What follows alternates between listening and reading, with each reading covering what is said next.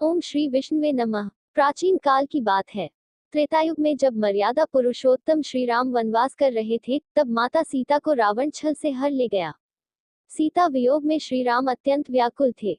लक्ष्मण और वानरों की सेना के साथ वे समुद्र तट पर पहुंचे, परंतु उनके सामने सबसे बड़ा संकट समुद्र को पार करने का था। विशाल समुद्र की गर्जना देखकर सभी वानर चिंतित हो उठे। कोई उपाय समझ में नहीं आ रहा था कि समुद्र को कैसे पार किया जाए।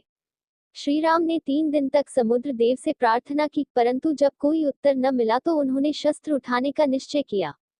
तभी समुद्र देव प्रकट हुए और विनम्रता से बोले कि प्रकृति के नियमों के अनुसार वे मार्ग नहीं दे सकते, किंतु यदि नल और नील सेतु बनाए तो समुद्र अवश्य मार्ग देगा।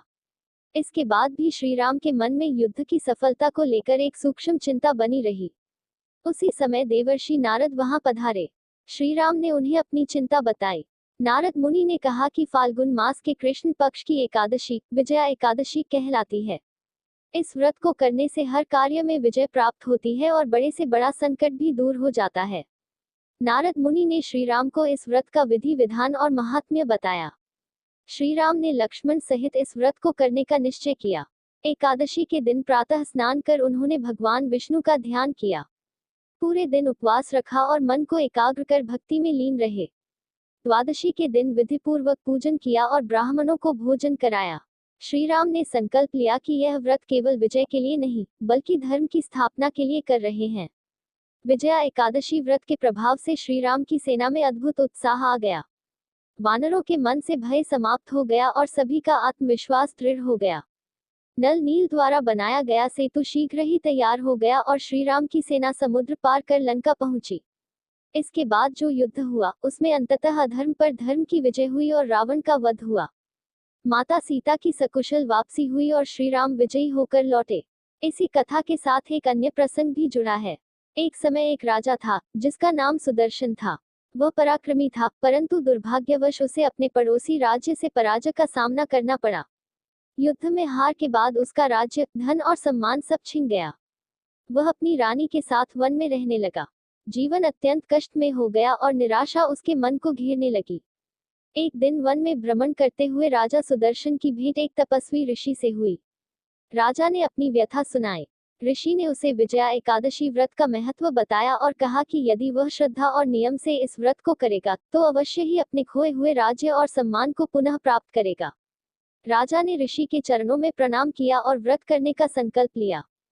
फाल्गुन कृष्ण पक्ष की एकादशी को राजा और रानी ने नदी में स्नान किया। उन्होंने भगवान विष्णु की पूजा की, दीप जलाए और पूरे दिन उपवास रखा। रात्रि में जागरण किया और विष्णु नाम का स्मरण करते रहे। द्वादशी के दिन उन्होंने ब्राह्मणों को भोजन कराया और दान दिया। व्रत पूर्ण होने पर राजा के मन में एक नई ऊर्जा और विश्वास का संचार हुआ। कुछ ही समय बाद परिस्थितियां बदलने लगी। राजा सुदर्शन को अपने पुराने मित्रों और समर्थकों का साथ मिलने लगा। उसने पुनः सेना संगठित की और पड़ोसी राज्य पर आक्रमण किया। इस बार भाग्य उसके साथ था। युद्ध में उसे विजय प्राप्त हुई और उसने अपना राज्य वापस पा लिया। राजा ने समझ लिया कि यह सब विजया एकादशी व्रत के प्रभाव से संभव हुआ है। राजा सुदर्शन ने अपने राज्य में इस व्रत का प्रचार किया। उसने प्रजा को बताया कि यह व्रत केवल युद्ध की विजय के लिए नहीं, बल्कि जीवन के हर संघर्ष में सफलता देने वाला है। जो भी व्यक्ति सच्चे मन से यह व्रत करता है, उसके जीवन में चल रहे विघ्न समाप्त हो जाते हैं और विजय प्राप्त होती है। इस प्रकार विजया एकादशी का व्रत अत्यंत प्रभावशाली माना गया है।